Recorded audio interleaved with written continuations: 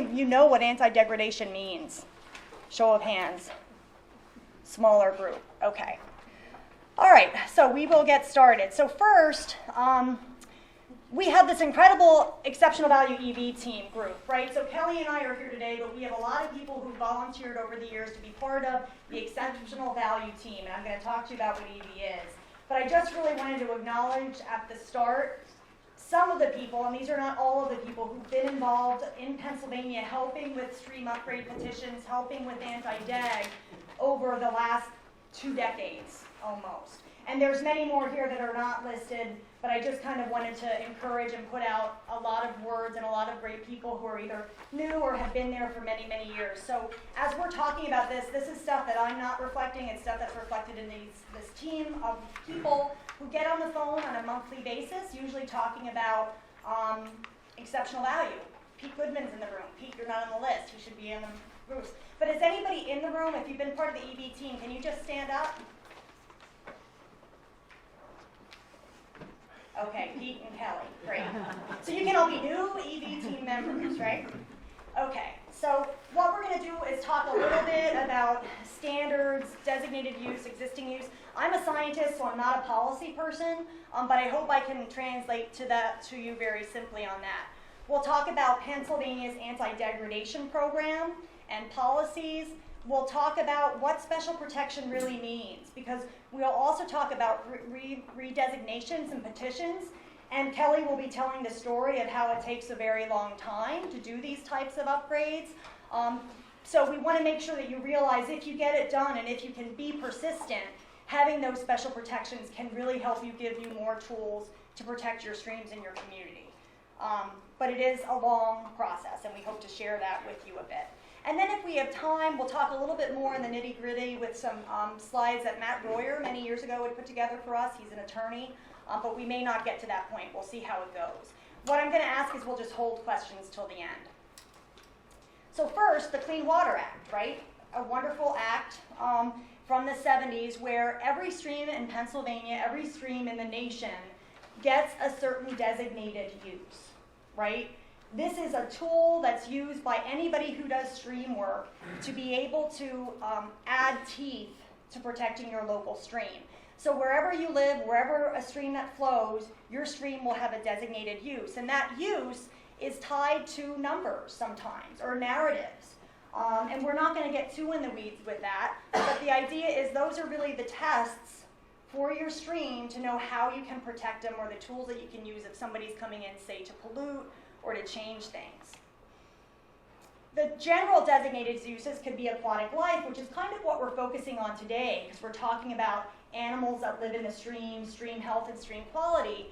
But many of the designated uses in Chapter 93 of the regs, and again, this is just a regulation that you can look up, also have water supply uses, right? We have drinking water. We pull a lot of our water that we drink from streams, so you have water supply, and then recreation, right, or people paddling and boating on that river or stream. So it's really the goals of what we want to see for the streams. So the higher protections, the better off we are.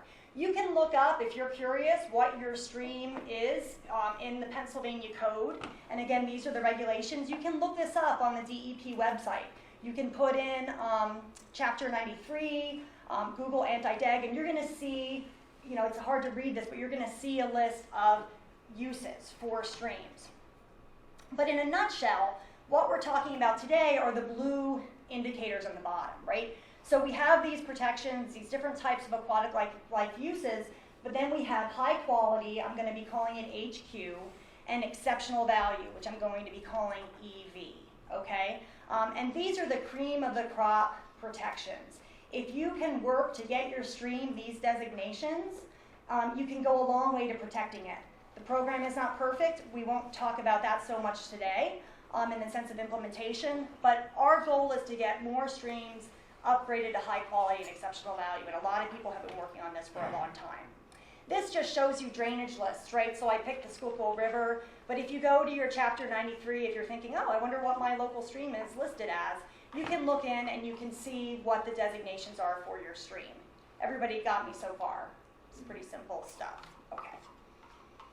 So we talked about the criteria. Kelly's going to talk about this more, but it's something that the EV team and many people worked on, is the triennial review, right? Again, this is the way of saying, how do we get better protections for our special protection streams and for our streams and our designations? We're not going to go into this very much, but for you sitting in the room, just realize every 3 years or so, 3 to 4 to 5 years, the state is required to look at their designated uses and to look at the standards that are tied to designated uses.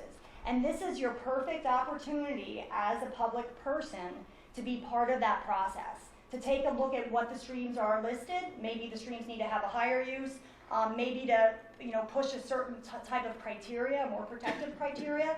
So this is really key, and DEP just finished this. Again, DEP is the Department of Environmental Protection. Closed the public comment period the end of last month, essentially, and we provided a lot of comment to that. So again, just kind of sharing it, it's an important thing when we're talking about designated uses. So the effects of HQ, high quality or exceptional value streams, tools that are available, good stewardship, what's really available. Why would you want to go through this process? And it's going to be a lengthy process that Kelly will be sharing. High quality waters, if you get that protection for your stream of a high quality waters, means that it's really supposed to be maintained. That quality is not supposed to degrade in theory. Unless, of course, there is an exception, sedge. Anyone want to shout out what that means? I hear it? Yes, social economic justification.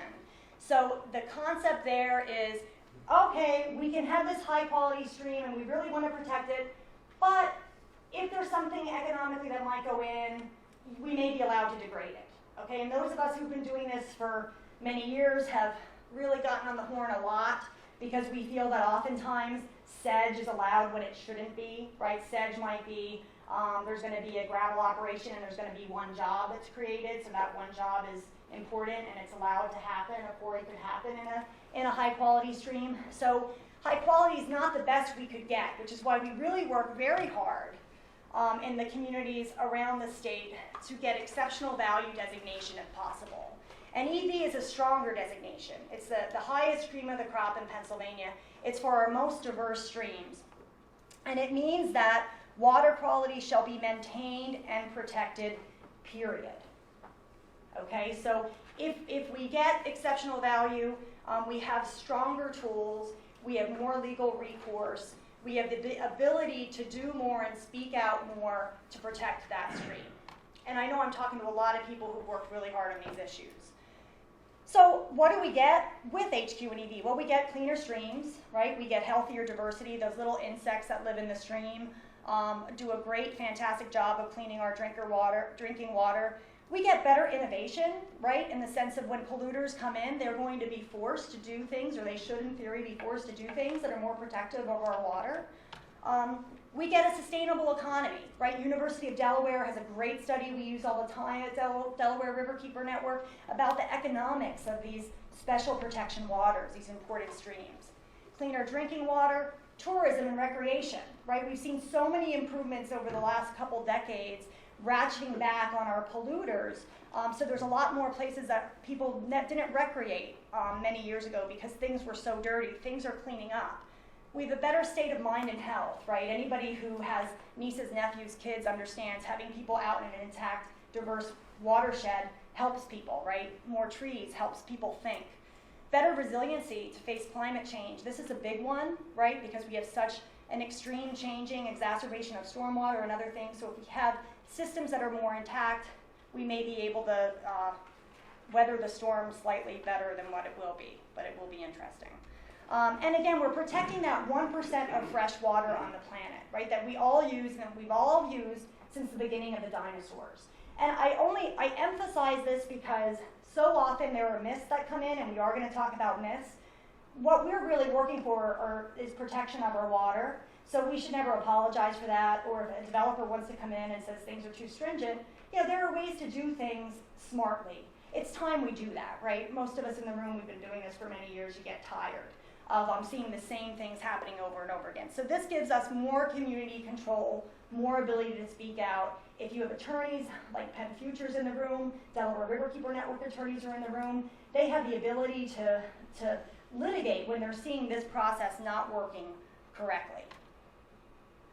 There's also more enforcement, theoretically, with pollution, right? So, and again, I see some people laughing, and this is, of course, very typical.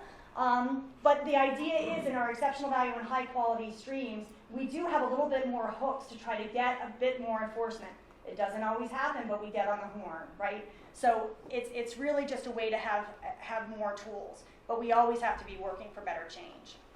Now, in the weeds of it a little bit, this is an attorney slide, which I think is really good. Again, just direct benefits of if you live in an HQ or EV area.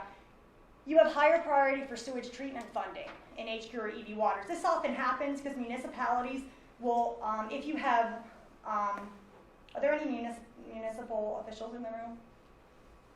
Okay. If you have municipal officials who are concerned about spending money, right, for sewage, right, we all have impacts, they sometimes say, oh, we don't want an EV watershed because we're going to have to build a state-of-the-art sewage system, right? You'll hear these arguments often with municipal officials. We would argue that we just want to make sure we're not contaminating our water in the 21st century, right? And we're happy to contribute to that service so that we have better sewage treatment plants that are operating on a better technology than they were 30 years ago, right? Because technology has changed.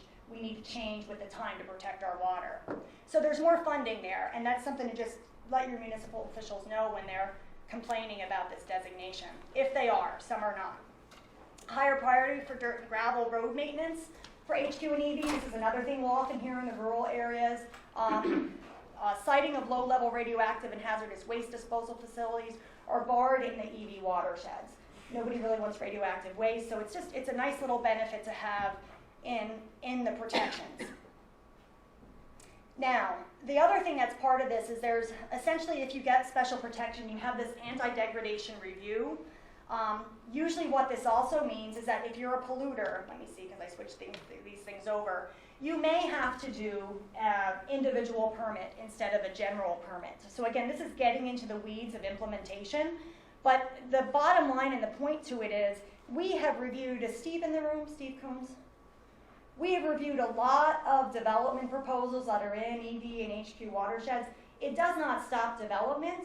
It just requires that they check a few more boxes, they do individual permits, they deal with other technologies, green water, stormwater infiltration, things like that, things that we've been working on now for, 30 years perhaps.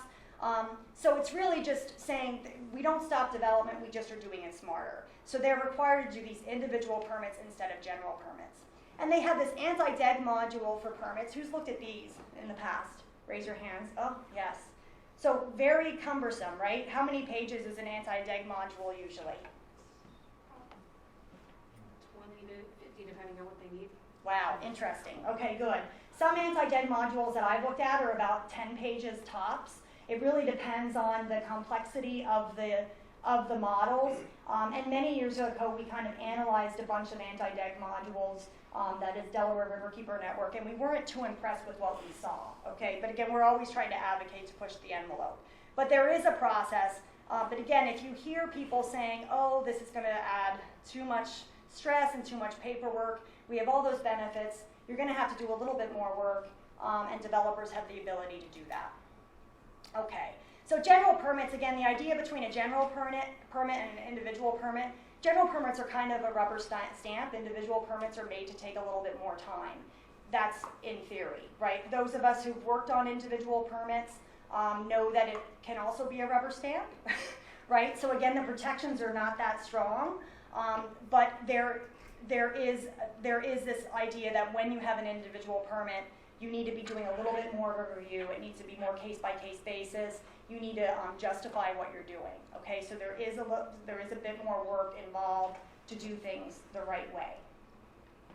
And again, kind of getting in the weeds with that. So the other thing I just want to talk about is existing use. Raise your hand if you understand what I mean by existing use, not designated use. Okay, there's a couple. So the main thing here is that the designation process takes years, and Kelly's going to be talking about that through the regulatory system. So what's really beautiful about existing use is it's supposed to be interim protection. So when we put in a petition, which we're going to talk about, if we're finding really high quality, DEP right away needs to be putting your stream on this existing use list. And then in theory, if a developer is coming in, someone's coming in to do something in your watershed, those people trying to do that need to check this list to make sure that the existing use is not higher than that designated use that we talked about. Because it just takes years and years to get through the regulatory process. Yes? Where is that list versus the list you showed us earlier, which is the actual list? All of these wonderful lists are up on the Pennsylvania DEP website. So there's a stream, I can't remember what they're calling it now, but you can kind of put in existing use, PA, DEP, and these all really pop up. DEP does a pretty good job of, like, this list was last revised 2/15, so they update these lists pretty periodically, but it's all available online. It wasn't, 20 years ago, right? So just a little bit of breakout to give context. I know this is a lot of verbiage, but DEP just shared these numbers with me yesterday. And this is just for Pennsylvania statewide, what we have for total stream miles, right? We have over 86,000 stream miles in this beautiful green and blue state that we have. And of that, we've got over 23,000 miles of high quality, right, that are actually part of that designated use. And then another 717 that are kind of working through that process, right? That's that existing use. So that's because people put in petitions, Fish and Boat might have done surveys, but they're kind of in that interim protection point, right? But really kind of great to see that many streams. And then you see the breakout for exceptional value as well. I won't read the numbers, but certainly we have a decent amount of IHQ, but not a totally decent amount of EV. And of course, our perspective is always the more EV and the more HQ, the healthier we all are, right? So our EV team just wants to work to get more of these streams upgraded. I put in the Delaware River watershed statistics too, so this is just really at a glance so that we can see what the different uses were. And again, that CWF is that cold water fishery. We kind of talked about that on the first slide, but the bold kind of shows you where we're at for existing use and designated use for the Delaware River Basin, right?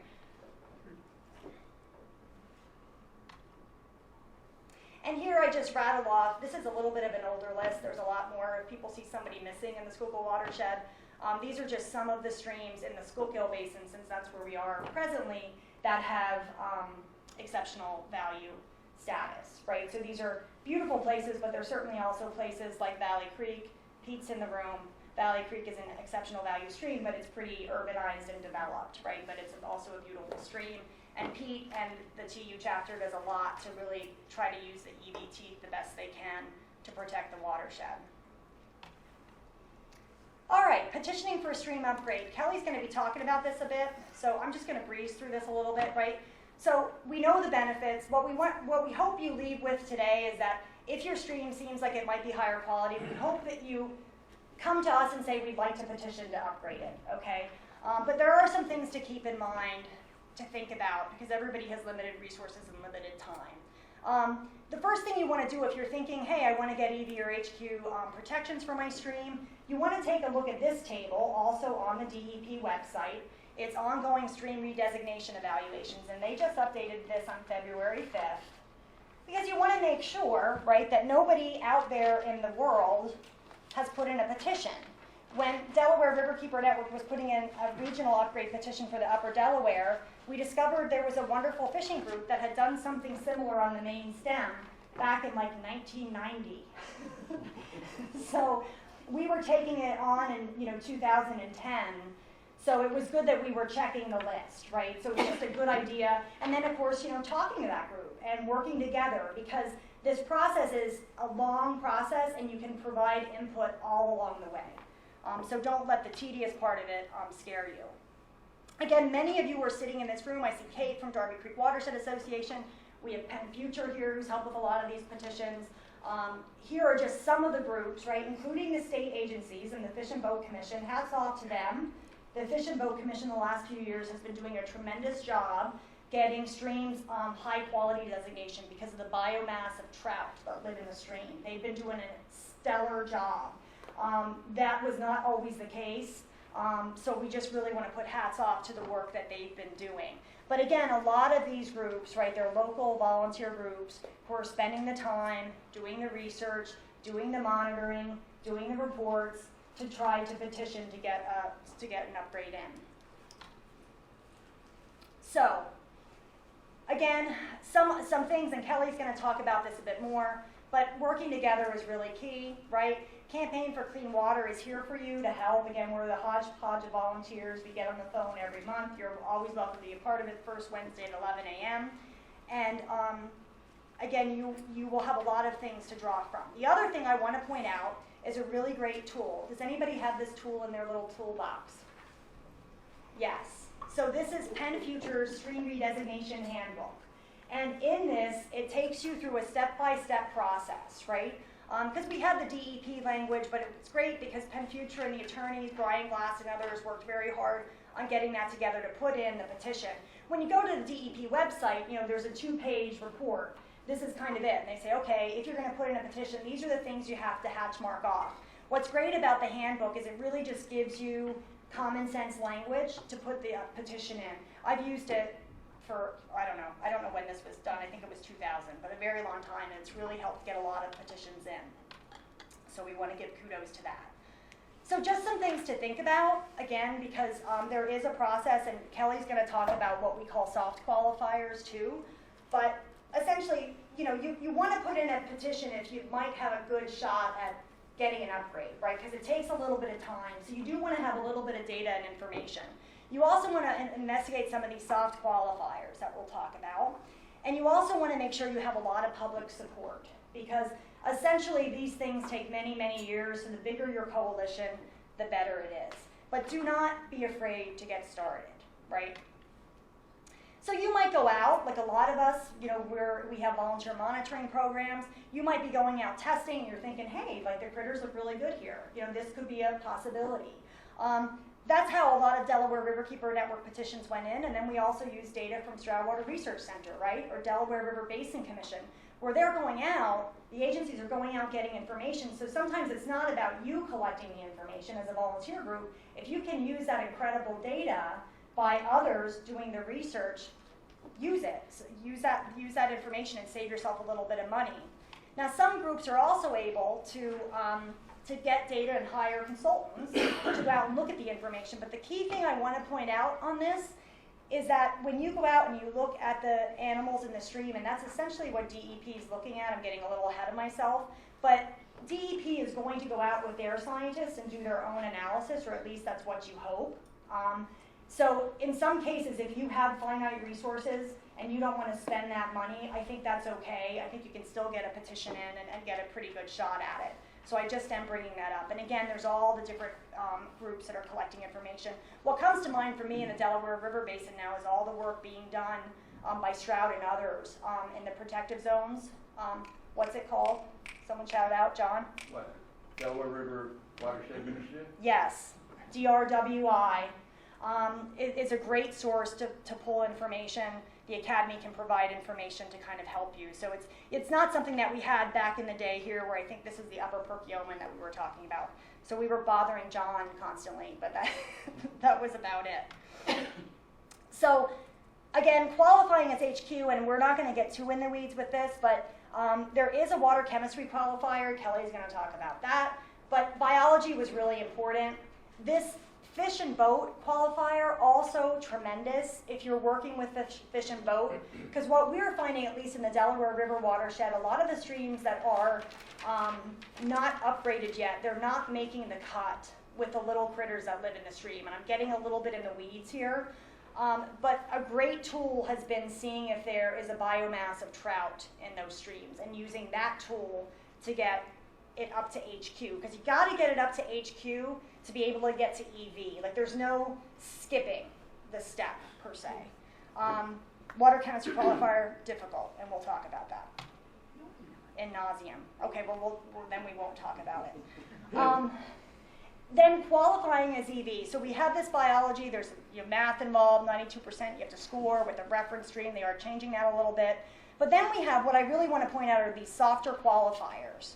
That are essentially also very important to push, particularly if you think you may not get all of your insects, if the numbers just don't seem to be there. And we could get in the story of DEP and metrics, and DEP needing to get more metrics for different types of streams, Because let me tell you, I've been out on beautiful streams that have barely any development, and the insects just aren't there. To DEP, it's very hard to upgrade that stream because the insects just aren't there. And I'm not talking AMD streams. They're really incredible streams, but they just don't have a metric for some of those headwater areas. And you can see that with some of the segmentation that's happening. So I think we need to get better at that, and that's, for another day. But essentially, these other points are things to just think about. Does it flow through a national wildlife refuge? Is there a state park that has a conservation plan? Nowadays, 20 years ago, a lot of those state parks didn't have that plan. Now they do, I've noticed. Probably work that Lauren's done. I'm sure it's all you. To get state parks to do the kind of plan so that you can say, hey, they're a state park and they have the plan. Do you have an outstanding national resource? So we just throw everything in, right? When we've done petitions in the past, we just list everything from important bird areas to other points. Water chemistry qualifier, again, you're going to be having to look at a lot of water chemistry data. Anybody in the room do this before, besides Kelly? Okay. Are you with an organization or? I'm with Penn Future, but Oh, you're with Penn Future. I was with the conservation districts for 4 years before this. Oh, cool. So which stream did you use water chemistry qualifier for? Just curious. Almost every single one of them in Pike County. Wow, awesome. All right. We would test over 36 streams a year, and 9 of them with electrofishing for trout. So it counts there too. Awesome. And there's an example, right? Pike County Conservation District through the years has done a lot. I saw that your executive director just changed, right? Susan, and then, but bottom line is Pike County has a really good baseline program where they've been investing every year on bug and insect diversity, and it's pretty incredible. I didn't realize you were doing the water chemistry Since too. 1988. Yeah, data. and all of their data is online, so you can use it. And in fact, when we put in a petition for stream upgrades, we always grab all the Pike County's reports. So it's really great if you have a conservation district that is being proactive about protecting their water. And Pike County is a really good example of that. Right now, anybody in Monroe County here in the room? We see the direct opposite happening in Monroe County at the moment. Monroe County used to have a very solid, good program. They invested a lot of time and energy into getting and collecting data, supporting watershed groups, and that's been changing a bit. The board has changed a bit. It's a bit more of a pro-development board, and you can't say, politics are part of everything. So there's some things happening in Monroe that are very dismaying. So anyway, I digress. So what to aim for, regional petitions, smaller segments. We won't get too into the weeds with this. Here's just an example of one of those things that we tried and we failed, except for the host and sack. It's always good to talk about your failures, but we put in a petition with lots of other people. The Conservation District was involved. We had over 84 co-petitioners, 17 municipalities. This is an old slide. Most of the municipalities signed on. The County Conservation District signed on. We had a lot of people. Then we had a couple politicos sign on too to upgrade the Perkiomen. We requested basically a regional petition upgrade for the entire part of the upper Perkiomen, and we didn't get it. We used softer qualifiers. We tried. We threw everything to see what would stick. We didn't get it. We got a couple parts of the Hosensack Creek upgraded and a couple other sections, but that was not successful on our part, but we keep working on it. We keep working on it. And again, these are just some of those allies that helped put that petition in. So not only was it Delaware Riverkeeper Network, but it was Lehigh Conservation District and Montgomery County Conservation District. Anyone from those conservation districts here today? No? Okay. Okay. So again, when you go through the petition process, you've got to, list point source dischargers, right? The fewer you have, the better off you're going to be just because of the politics of things. You can use DEP's GIS EMAP. It's very cumbersome, but again, if you don't have GIS mapping, I tend to try to ask someone to help me to do that because I'm not a GIS expert. You want to talk to your planning commissions and everybody just to get them on board. If DEP is really helpful, and this could have changed too, is they can also give you the point source discharges, right? Because they have that information pretty readily in their system. So I always encourage you talking to DEP early. There's some really great biologists who work on this. Josh, Mark, Tony Shaw used to be the person, he's since retired. But you have people who are there to help answer your questions as you go through this process. we talked about important bird areas. We talked about wetlands. We talked about the fact that the Upper Perk was drinking water supply, right? It flows into Green Lane Preserve. We kind of listed everything, the Class A sections, the Rivers Conservation Registry, right? Many of you probably worked on rivers conservation plans. Taxpayer money is used to do these incredible plans. So citing that those plans were in the works or have been completed, so it showed that the community really wanted the upgrade in the petition, but we didn't get it. Never be afraid to try. So after the petition is filed, how am I doing on time? Okay. After the petition is filed, you have essentially the public comment period. The main thing here that I want to say is that the public comment period, there's plenty of places for you to get involved and to plug in. If you're the petitioner, you even have more places. And what I would say is that you want to continue to give information through the process all the time, not only when it's a public comment. There's some dismantling of this at the moment to say that DEP doesn't allow public comment. So it's important that we understand that they do, and there's a whole process involved. Lots of flow tables that show you all the interim processes for the upgrade process, and again, it takes 5 years, 6 years to work it through the process. So if someone says they didn't have a chance to comment, they're not being accurate. Then there's the anti-deg manual, and now I'm going to hand it off to Kelly. Come on up, Kelly. Just a quick couple questions. How many people in this room have ever put together or worked on a petition to the PADEP for a stream upgrade? Few. Okay. And how many people here know what a conservation easement is? Yes! It's so glad to see that. We will connect those two questions, I promise you. Did I get this right? Just wait. Double click, I think. Thank you. So I have worked with both watershed and land conservancies for the past 20 years. I currently work for Tinicum Conservancy, a nonprofit land conservation organization in Bucks County, where we've permanently protected over 4,600 acres of land. When I joined the Tinicum Conservancy in 2009, I inherited an upgrade petition for the lower Tohickon Creek that had been submitted for the first time in 1995. The lower Tohickon Creek was, at that time, listed as a high-quality cold water fishery, and the petition was for an upgrade to exceptional value status. The petition had been rejected by the PADEP, rewritten and resubmitted 6 times over 14 years with support from Penn Future attorneys, every senator, congressman, municipality, and nonprofit environmental group in the region, and still had been rejected each time. I was tasked with figuring out why it had been rejected, addressing those issues, and resubmitting a petition. Oh, hey, it went the wrong way. Which way? Try again. Yes. My disclaimer, I had never seen or worked on an upgrade petition before, so the learning curve was steep. Between 2012 and 2015, with lots of help from the Riverkeeper Network, several river volunteers, and Princeton Hydro, we did more research, more in-stream testing, and also worked with Nockamixon State Park to fix a release valve at the bottom of the reservoir dam that had not been functioning properly. In fact, it had been releasing water from the top of the dam, so it was releasing warm water into our cold water fishery stream. The petition was resubmitted again in 2016, and DEP has still not provided an official response. February 2016. 2 years we've been waiting for a response. 2 times. 2. Yes, thank you. I will get this. We believe this is the longest outstanding petition in Pennsylvania history. But we are not going to give up. This is not a story of discouragement. In fact, many of you know, or some of you know, that working on an upgrade petition through the state bureaucracy is a long-term commitment and a labor of love and persistence. So where are we going with this?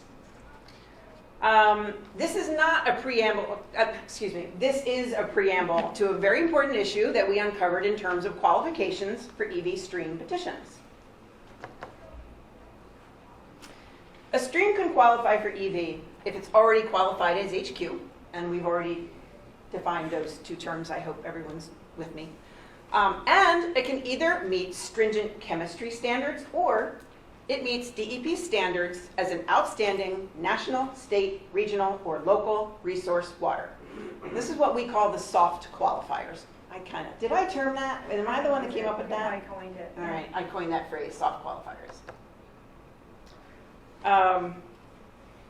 So those standards include things like being identified for priority protection by municipal open space and rivers conservation plans, having exceptional recreational use and value, being part of a wild and scenic river, having recognized regional historic and scenic qualities, and having the protection of permanently protected land adjacent to the stream. Oh, come on. We had, for the Tehiccan Creek, nearly every single one of those qualifiers, including what we thought should be the icing on the cake. Nearly 3,000 acres of permanently protected land all along the riparian corridor of the Tehiccan Creek. This is a map that Natural Lands Trust had done for us to show all the protected land along the Tehiccan Creek. Some of the lands are parks owned by the state and the Bucks County, and a good bit is under conservation easement held by private land trust conservancies. So, what do private land trust conservancy easements have to do with stream upgrade petition? I told you we would come back to this. First, for those who aren't sure, let's quickly define what a conservation easement is. Briefly speaking, a conservation easement is a legally binding agreement between a landowner and a qualified conservation organization, such as a nonprofit land trust, a township, county, or a state agency, that places permanent restrictions on a property to protect significant conservation values, such as rare species, wildlife habitat, scenic values, water quality, sometimes preserving local farms.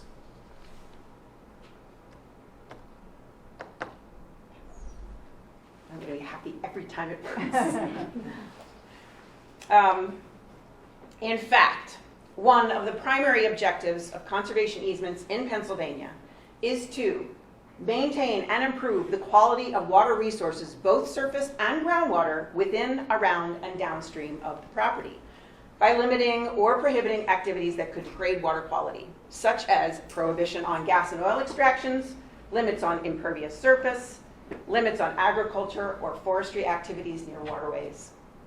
Census data from 2015 shows that 89 nonprofit conservation organizations have protected nearly 350,000 acres of land in Pennsylvania. And funding to protect land often comes from entities that also require strong water protection. So, a conservation easement project that also protects or enhances high-quality status streams is more likely to get funded. That means land conservancies benefit from the upgrade petition work that water organizations are doing.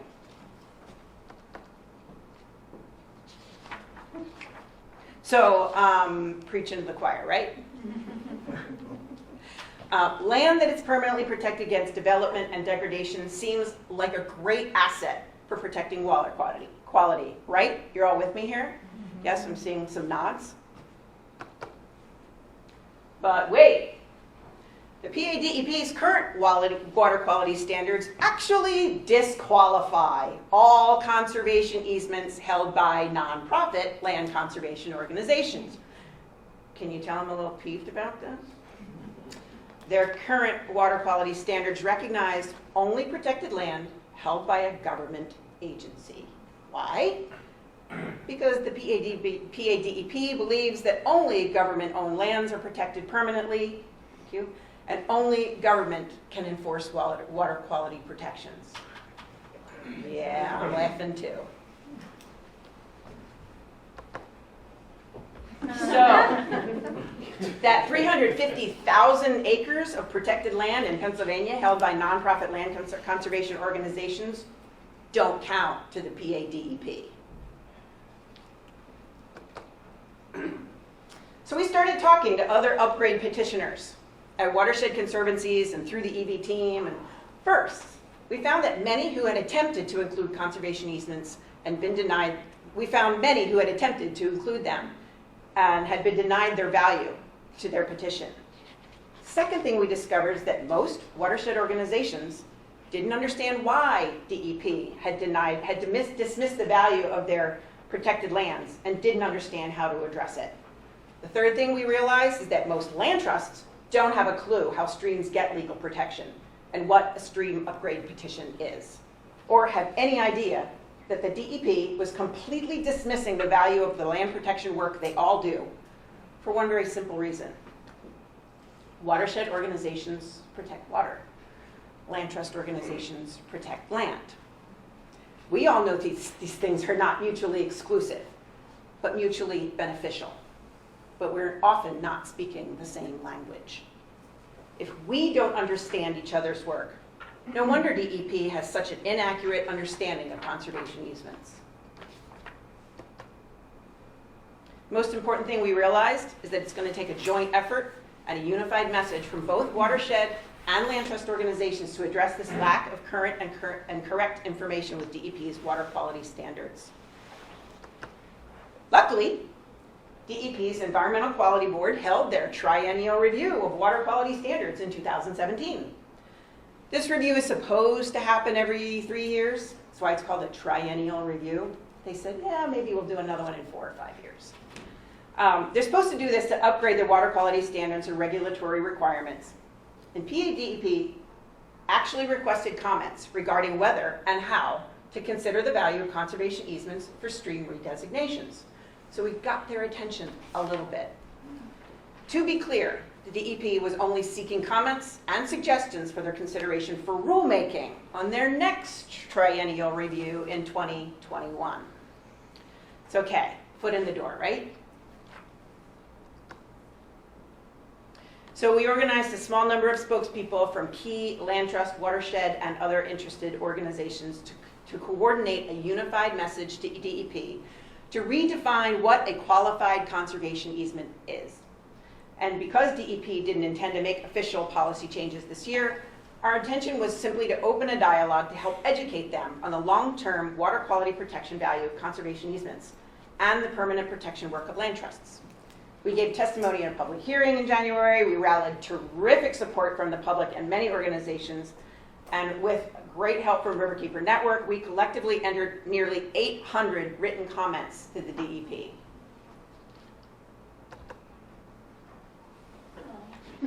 We think we got their attention. And DEP has actually encouraged the conversation to continue.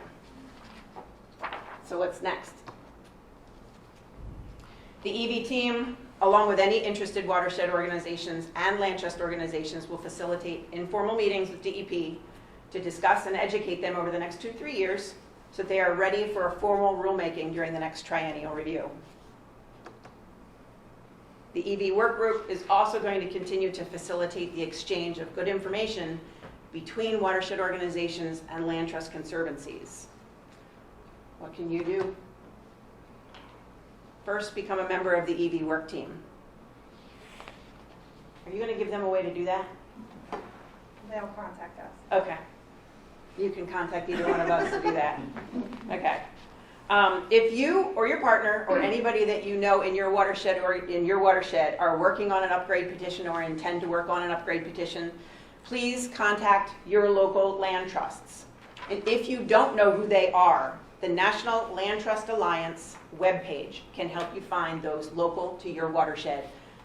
This is lta.org, real simple, and this is a really, really easy to use webpage. You basically just put your local municipality or your watershed in their search and it will take you right to wherever you are. Next, whoops. Hello, we're going backwards. There we go. Educate each other about what you do. Talk to your land trusts, find out what they do, find out what they've done. Educate them about what you do. Let them educate you about what they do. It's really important we all start talking this same language, or we're never going to have a unified message go to DEP about this. Get their maps and data. Did I just go backwards again? No. Okay. Get their maps and data showing what permanently protected lands are in your streams, watersheds. Identify who owns or holds the easement on that land. In addition to maps and data, make sure your petition includes language highlighting the value of protective conservation easements to water quality enhancement and protection. PADEP needs to keep hearing our voices on this. And this is some example language. If you'd like this, like support, the EV working group can help craft your message for your petition. If you don't know what to say about conservation easements, you don't understand them that well, and you haven't talked to your land trust, local land trust, to find that out, the EV work team can help you craft that language. That's just kind of an example that I pulled out of my petition. The moral of my experience is that we can all protect more land and more water if we speak the same language and we work together. That's what I have to say about that.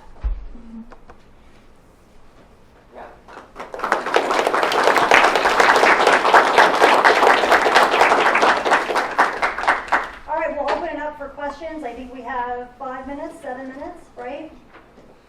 You're not going to do the rest of your... No. Okay. We planned correctly. Any questions? I have a question. Okay, let's stack. Let's go you, and then I think I saw you. Go ahead. So I had a comment on the conservation easement program. Mhm. So in Upper Medfield Township, Bucks County, they have a pretty robust open space program. They actually had the opposite problem where the township was the easement holder. And recently the township went back and had co-signers to those easements because the fear was that the politicians would undo the easements in the future. And so it's never a bad idea to have co-holders of that easement. And that kind of addresses the issue that you have, and it also protects against future changes in the winds of politics. That's true. That's true. However, we really want to disabuse DEP of the idea that government is the only agency that can protect water permanently. Agreed. Have there been legal precedents that have shown in court that a privately held conservation easement holds up just as well as government? DEP is not listening. This standard has been in place for a very long time, and in fact, when we tried talking to them, they just sort of held up their hands and said, this is the way we've always done things. So no, there is no precedent yet. We're probably going to get there.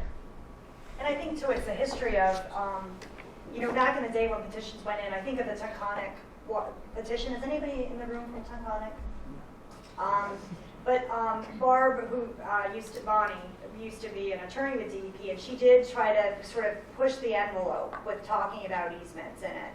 But there's this idea of it needs to be paired. So for example, and again, I'm not an attorney, so when I was reading that incredible petition, I thought, okay, and then the Tinicum too, I thought, okay, well, we've got TNC land that's conserved, but then the key was they also had, I believe it was Bethlehem Water Authority land also. So it had to be there had to be two factors. They weren't just going to take the TNC land, even though, it's important land. And even though that TNC land was also forested, it wasn't an ag easement per se, right? Because that comes up, right? DEP will say to us, oh, well, some of those easements might just be cows are just, near the stream, but it's preserved because it's ag. And yeah, we can kind of say that would be accurate, even though I still think it's an easement and it's preserved and it's not going to be a development. But those types of high quality easements too, they just had to have that paired. So there have been those petitions and Kelly's petition, but it's they really want to kind of solidify it now a little bit better. And again, they were going in the opposite direction, but they do have our ear, it seems. So we just need to keep it up, keep up the noise. Anyone have anything to share on that? I know we have another question there too, but does anybody, from the Land Trust or anything that you want to share that maybe you've been working on that has helped, or is there always, okay. All right, I think we had another question. I have a question about the conservation easement. While it is true that conservation easements do protect water resources, and that's a policy perspective and an overall goal, but perhaps if you put in future and maybe even existing conservation easements that, along with the value of preserving the land, you are also preserving the water or the stream running on the land, provided that's what the donor has agreed to, especially when it comes to agriculture, like perhaps a soil and water conservation plan that's added as an addendum to the conservation easement will help your cause in trying to get DEP to recognize that private land trusts and their conservation easements do in fact protect water quality. It seems like perhaps some added language in the easement, or even like if you have your conservation easements that are already established, to survey where the streams are and what in fact is being done, and maybe even just a conservation practice that's added to that monitoring plan. So actually, a good bit of what you've already suggested exists in the model conservation easement document, Pennsylvania's model conservation easement document.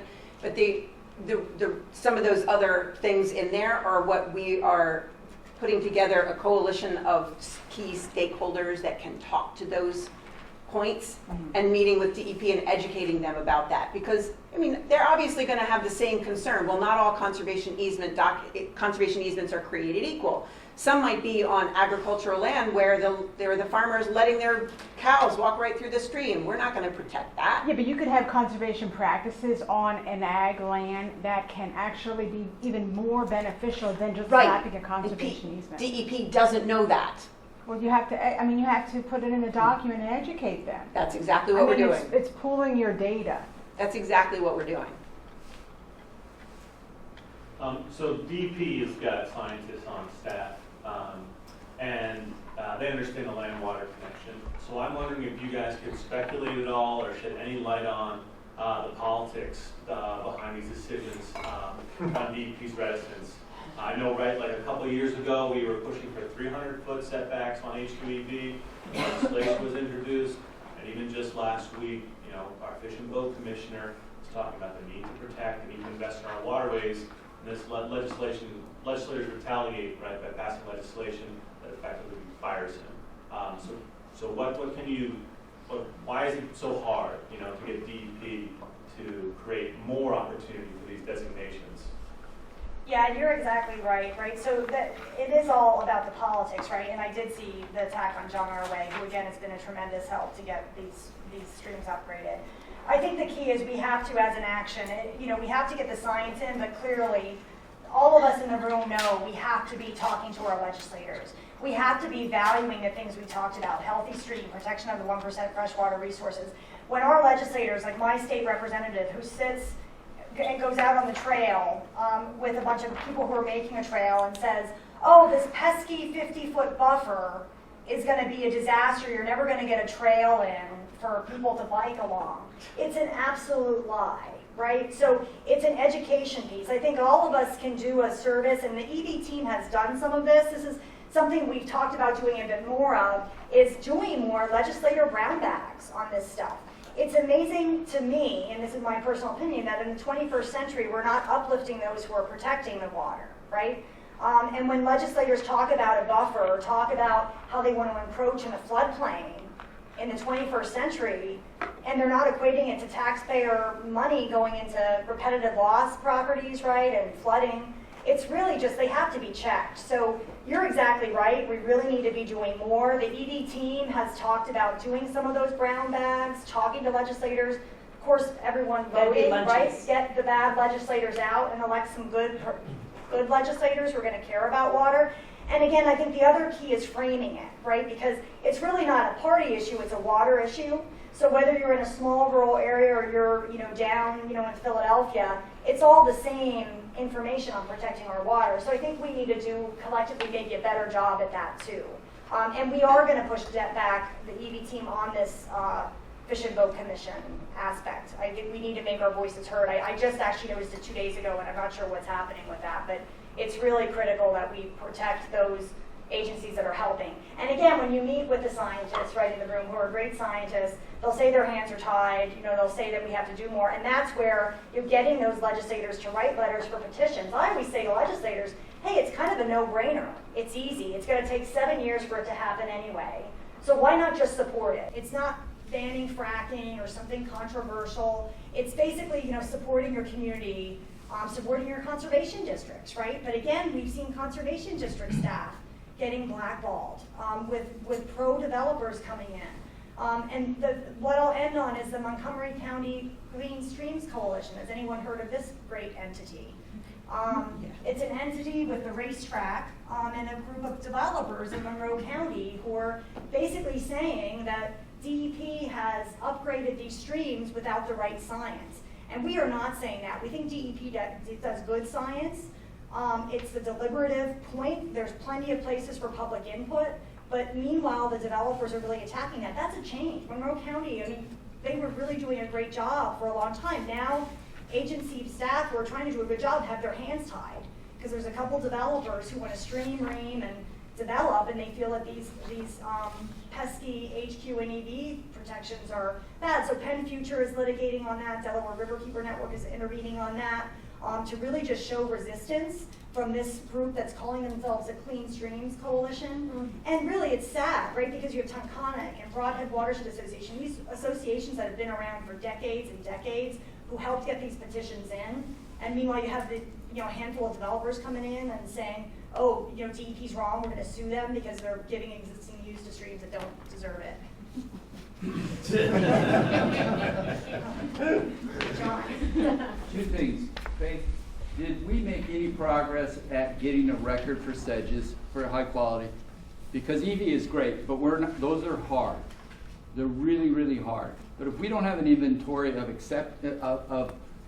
the back door in, then a watershed, there's no way to look at the cumulative impact of all the exceptions that have been granted over time. And we have to push for that. You're talking 28,000 miles of PA streams without a record of when they opened the back door and let something happen. And institutional memory goes away. The second thing is for the conservation easement. I think that DEP knows exactly what they're talking about. And I think what the land conservation people have to do is they have to start proving that the conservation plans have been fully implemented and that they've been revisited after 10 and 20 years and updated. There are so many east properties that have not had anything done to them in 10 and 20 years. These DEP guys are all over the landscape, and they have the Landsat now and everything. They know, and what you have to do is show them that, okay, it's not a state forest, but this is all the stuff. This is the total number of trees we put in the last 10 or 20 years. These are the above and beyond water conservation, and that I know from the number of plans that I know about in the last 20 years, almost none of them have been revisited. And in many, many cases, the conservation plan was actually, you need to draft it for the easement, but there's no regulation that forces it to be implemented. DEP knows that, and if you reverse direction and show them that, then you start building trust as to this easement is a protection of water resources. Where's my choir slide? Yeah, I hear everything you're saying. Yep. So we'll keep brainstorming and do reach out to us. Our next call, I think, is April 4th, maybe first Wednesday of the month at 11. You've got our contact information. You're always happy to tune in whenever you can. You don't have to, and we promise we won't make you, rail you in. You can come in and then leave or not. But if you feel like getting involved, we'd love to have you, and thank you for your time, and have a great day today in Congress. Thank you. Thank you.